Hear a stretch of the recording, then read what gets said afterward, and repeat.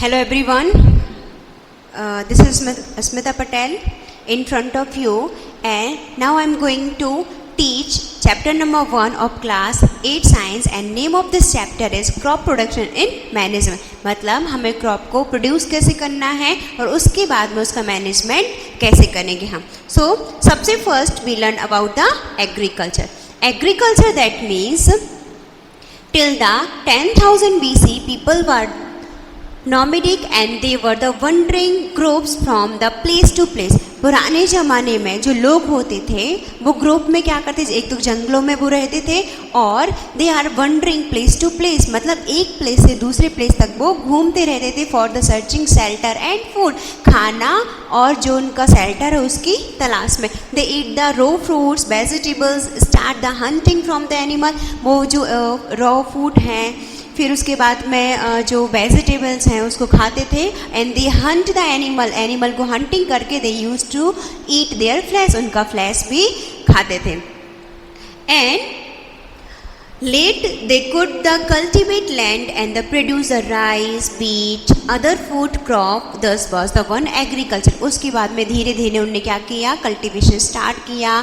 जो राइस है, फिर पल्सेस हैं, क्रियल्स हैं, वो उसका कल्टीवेशन स्टार्ट किया और इस टाइप से जो एग्रीकल्चर है उसका बॉर्न हुआ. नेक्स्ट है व्हाट इज़ द क्रॉप. तो क्रॉप मतलब क्या है कि when the plants are the same kind and grow and the cultivate on the large scale, एक जैसे काइंड के प्लेस जब बहुत बड़े स्केल पे हम ग्रो करते तो उसको हम बोलते हैं crop. For example if we talk about the crop of wheat, तो वीट की क्रॉप की बात करें, मतलब ऐसा नहीं कि एक पेड़ ही वीट का हो, नहीं, there are the many plants of wheat or the wheat plant sown on the large scale. Next है कि you already know that the crop are the different like the cereals हैं, vegetable, fruits, and these can be the classified on the basis of season which they are grow. Crop को हम किस type से classified करते हैं, किस season में उनको हम सोन करते हैं, उनको ग्रो करवाते हैं, उस टाइप से जो क्रॉप है उसको हमने टू टाइप से डिवाइड किया है. First is the kharif crop and second one is rabi crop. तो जो खरीफ क्रॉप होती है वो सोन करते हैं हम रेनी सीजन में, जिसका टाइम होता है जून टू सितंबर. फॉर एग्जांपल पेडी है, मेज है, सोयाबीन है, ग्राउंड नट है, cotton etcetera are the example of paddy crop, जिसको हम कब सोन करेंगे, रेनी सीजन में. ओके उसके बाद में आता है नेक्स्ट हमारी रबी क्रॉप. तो rabi crop the crop grown in the winter season are called the rabi crop. ऐसी क्रॉप जिसको हम विंटर सीजन में सोन करेंगे और कब रहेगा वो, उस टाइम के जनरली अक्टूबर टू मार्च के बीच में वो सीज़न चलेगा.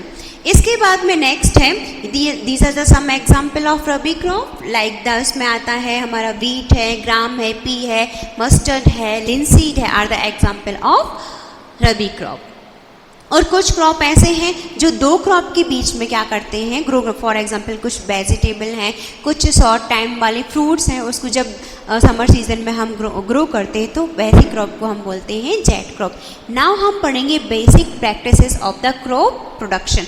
अब देखो, अब हमें क्रॉप को प्रोड्यूस करना है, उसको उगाना है, तो कौन कौन से एक फार्मर को बेसिक प्रैक्टिसेस करनी पड़ेगी. तो there are the seven basic practices which is the very important to production of crop and management of crop. तो first है preparation of soil. Preparation of soil मतलब होता है कि जो सॉइल है उसको प्रिपेयर करना with help of the cultivator, बीज tilling and loosening the soil. Next है सोइंग. सोइंग दैट मीन्स बीज को बोना. ठीक है, अभी हमारी क्रॉप जो है सॉइल प्रिपेयर हो गई, अब हम क्या करेंगे, बीज को बोएंगे. तो सबसे first we select the good quality of seed. जितने अच्छे सीड होंगी उतनी ज़्यादा जो क्रॉप है उसकी ईल्ड हमें अच्छी मिलेगी. थर्ड आता है adding manure and fertiliser. Manure and fertiliser, तो इसका जो मैन्योर एंड फर्टिलाइज़र है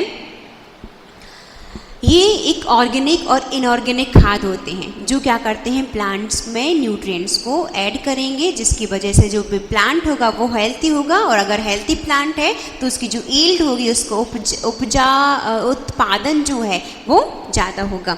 फिर उसके बाद में इरीगेशन दैट मीन्स होता है provide of water in continuous interval of time, एक पर्टिकुलर इंटरवल ऑफ टाइम पे क्या करना, वाटर को प्रोवाइड करना, उसको बोलते हैं इरिगेशन।